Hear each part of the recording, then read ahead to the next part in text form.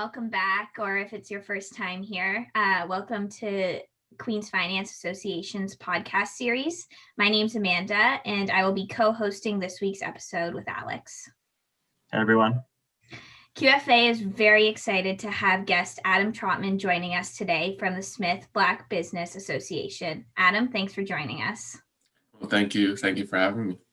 So Adam, SBBA, Smith Black Business Association, is a relatively new club here at Queens. Perhaps we can start with hearing a little more about the club, the background, and maybe a brief introduction as well. All right. Well, I guess first and foremost, as she mentioned, my name is Adam Trotman. I am the Outreach and Sponsorship Director for SBBA, and we are very, very new. We just got ratified, I think, 2.5 weeks ago now, so relatively fresh.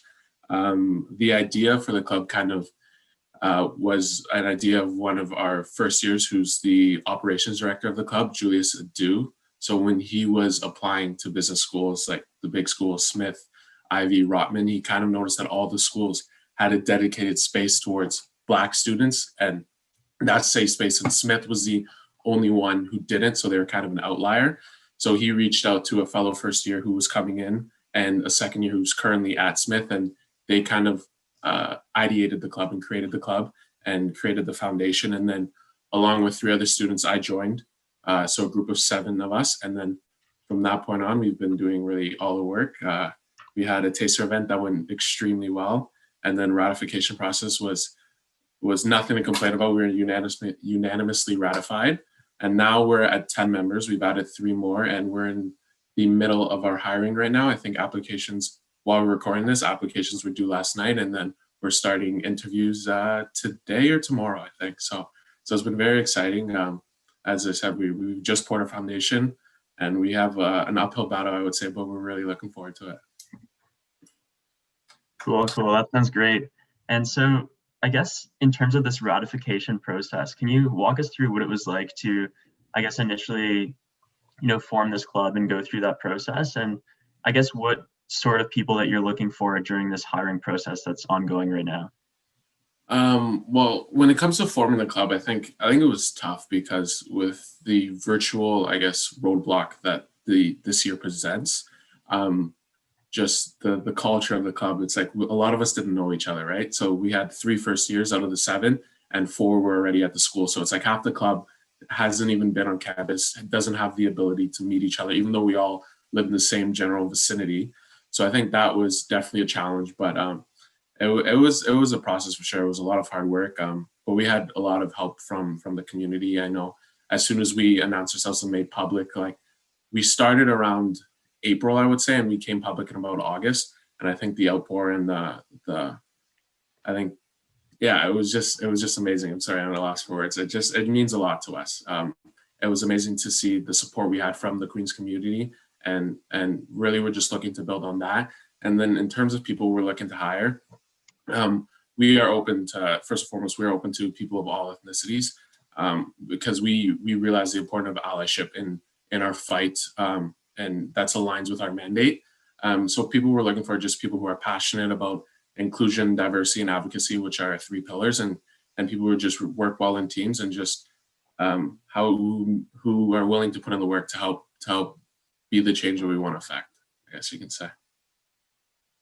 Yeah, that sounds great, and I think that people are very excited about that in terms of like the greater Queens community. And back to the ratification process and kind of the birth of this club, did the founding members start with a common ground and that's how you guys formed, or did you start with the vision of becoming a club through Comstock?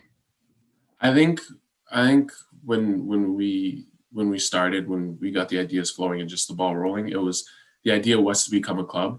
I mentioned Julius, the guy who thought of the idea. It was out of the fact that all these other schools, like Rotman has BRIC, which is the Black Rotman Commerce Club, and then Ivy has their club. All these other top business schools have their clubs for a safe space for people of color, but Smith didn't. So it was always intended to be a club. And then I think, especially what came out over the summer, obviously, there's been a lot of things that have happened over the world, and specifically with our Queens community, stolen by Smith, who we're all familiar with. I think that just kind of got the snowball even bigger and rolling. So it was always intended to be a club.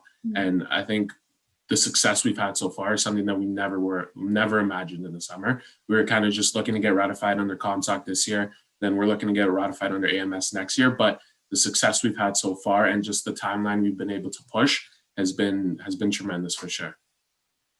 Yeah, that's incredible, and it's really great to see this organization take off so quickly and so successfully in the program. So earlier you mentioned a taster event, and these initiatives from your club. So do you guys foresee like any sort of other events happening throughout the rest of the year, or any sort of, I guess, partnerships with other clubs within ComSoc or within AMS? Yeah. Well, in terms of our taster event, it was exploring the allyship, like the power of change. So it was based on just like how to be an ally for people who don't identify in marginalized communities. So we realized that's a really big step to fighting the change, to affecting the change that we want to put. So allyship was our first event, but in terms of current events, we're currently partnered with QSIC, so the Queen's Sports Industry Conference, if I'm not mistaken. So we're doing like a racism in sports type of panel. We're getting just Black athletes and Black like management from sports industries across the country and across, I guess you could say, North America, just to come speak in panels, speak about the racism in sports and what they've dealt with and how they've kind of overcome that. So that's one thing we have currently going. As I mentioned, we've been pretty tied up with hiring. I would say that's kind of been our big focus, considering we've only been like 7 and now 10 people, and we're kind of doing the work of 20. It was really big for us to expand our executive and kind of get that full executive and then going forward. I know we have a lot of events in store and just kind of floating around, but I'd say nothing besides that QSIC panel right now is concrete. We're still in the planning phases, and I don't want to spill something that I'm not supposed to. I was just going to ask, is there anything you could tell us about the vision or where you see the club going? I know you guys have done a couple podcast series kind of similar to this one. You mentioned the QSIC panel. Are there any types of events that you guys have on the horizon? Well, we definitely, our mandate is about, first and foremost, creating that space for Black students and kind of increasing our representation, first and foremost, within Smith and then within the greater business world.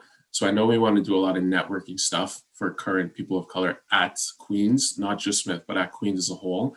Going forward, I mentioned we want to get ratified under AMS. And then for me, as outreach director, I think the biggest thing in terms of what I want to do is kind of like go reach down. I call it going into high schools and then showing kids that like people of color can succeed within Smith, and there is a space for us within Smith. Because I think Smith kind of has this reputation, as we're all aware of. It's not the nicest ones in terms of marginalized communities. So we just want to create that culture and that's saying like, okay, you do belong here. Okay, you can succeed here. So I think that's number one on my checklist. And as a club, it's more so networking and helping us succeed within Queens and then the business community and careers down the line. Okay, that makes sense. And so I guess in our earlier conversation, you mentioned this aspect of, when you're evaluating these schools and kind of you see, Rotman or University of Toronto and in these kind of schools that have these Black business associations, but when considering Smith specifically, it kind of lacked this. And how did that play into your decision-making process when selecting a school, and how is your club going to change that for students in the future? Well, personally, when selecting a school, I think my older sister went to Queens, so I knew all about Queens, but it's just somewhere I really wanted to be. My sister enjoyed her time in Kingston, and we're kind of similar, so I felt that I would really enjoy my time.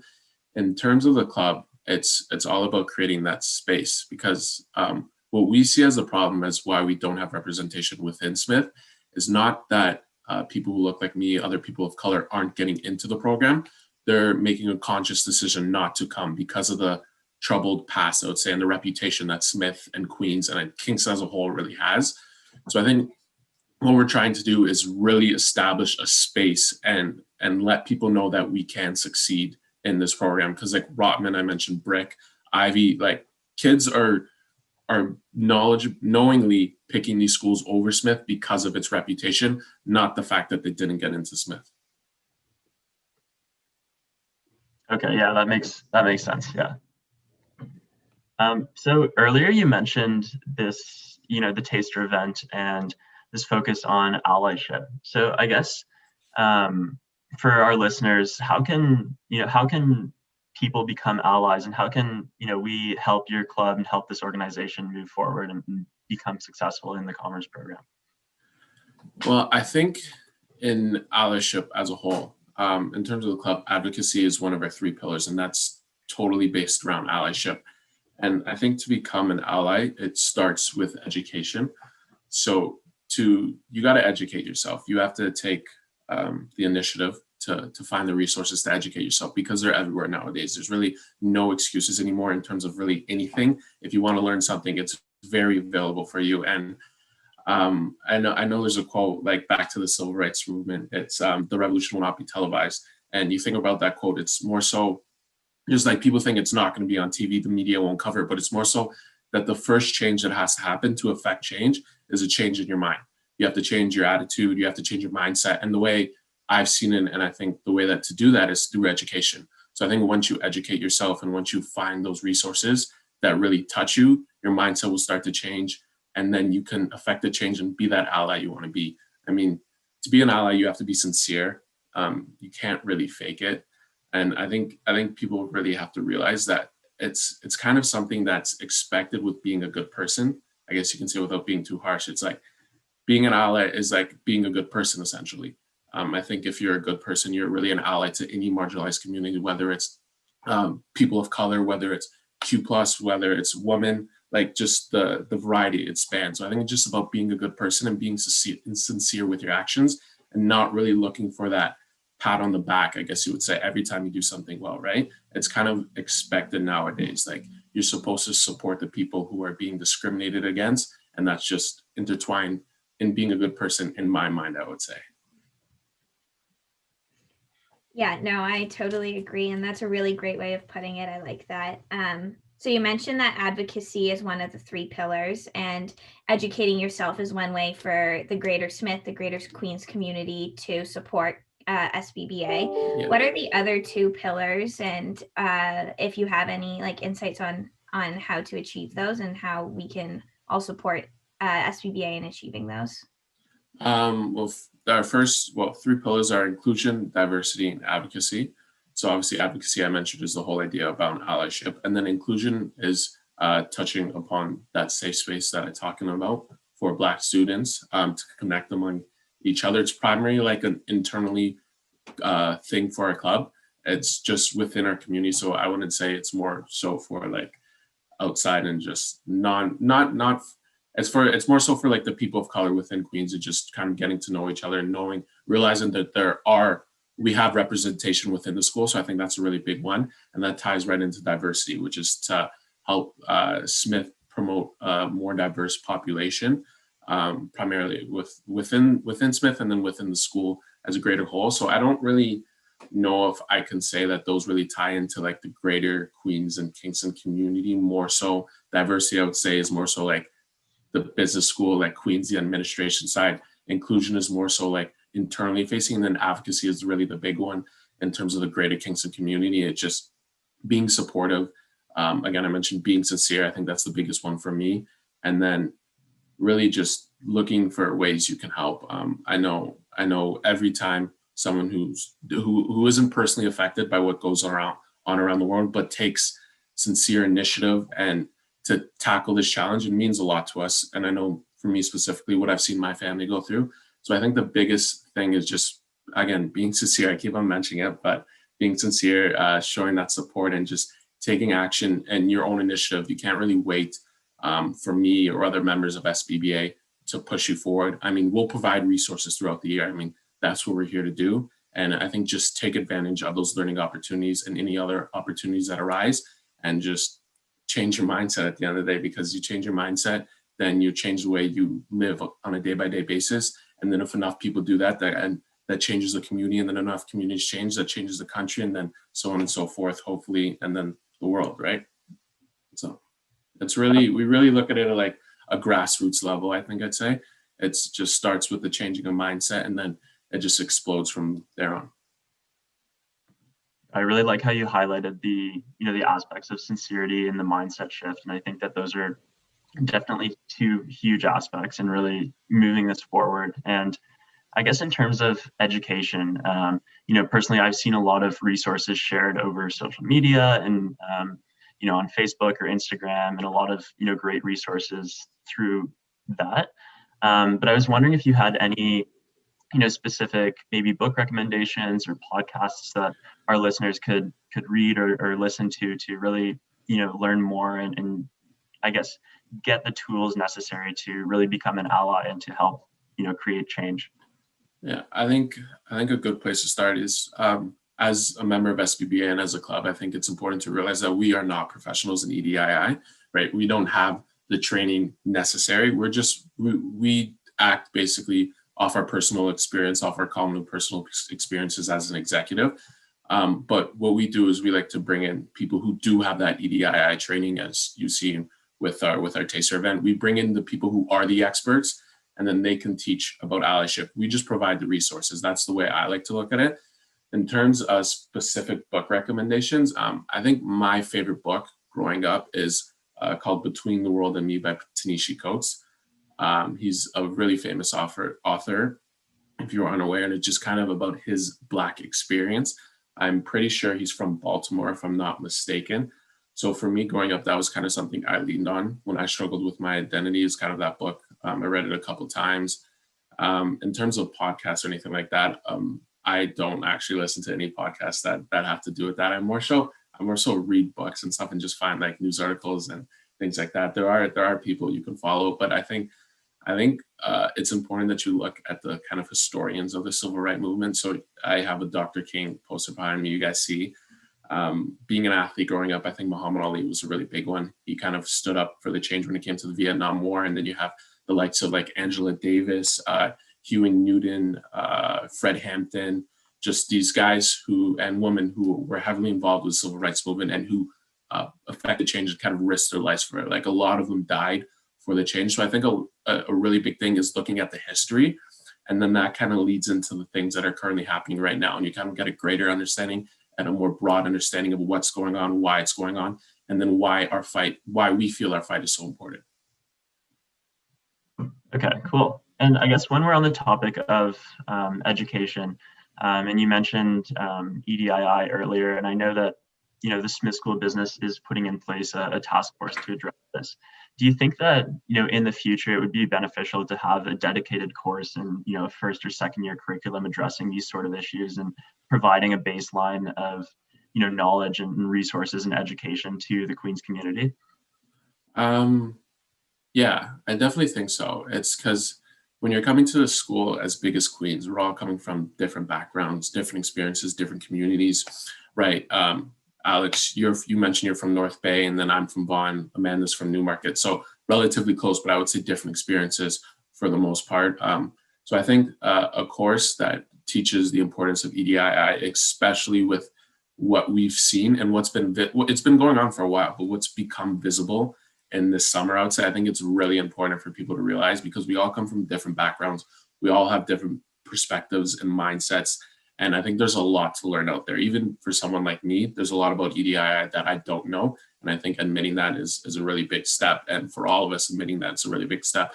I think an EDII course would provide a very good baseline. I think 18 years old, 19 years old, 20, whenever you're coming into university, you feel like the world is almost your oyster. And you have a lot to learn. There's a lot available to you. So I think a course like that, just to provide a baseline and a foundation on the understanding of what's been going on and how you should act moving forward, and being supportive and ally and being a good person, as I mentioned earlier, I think it's really important. So I think a course would definitely help. And I think it'd be something great to see.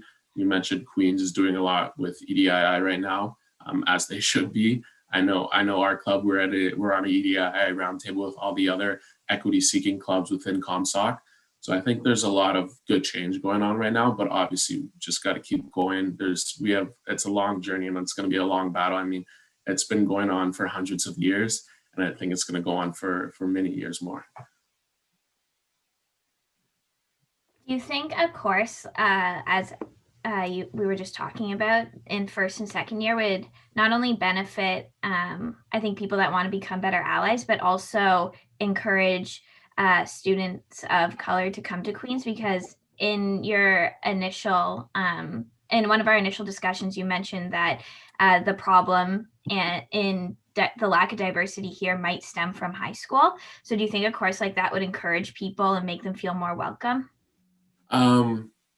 Yeah, I think actions speak a lot louder than words. And you've heard a lot of companies, a lot of organizations, a lot of universities, a lot of schools speak.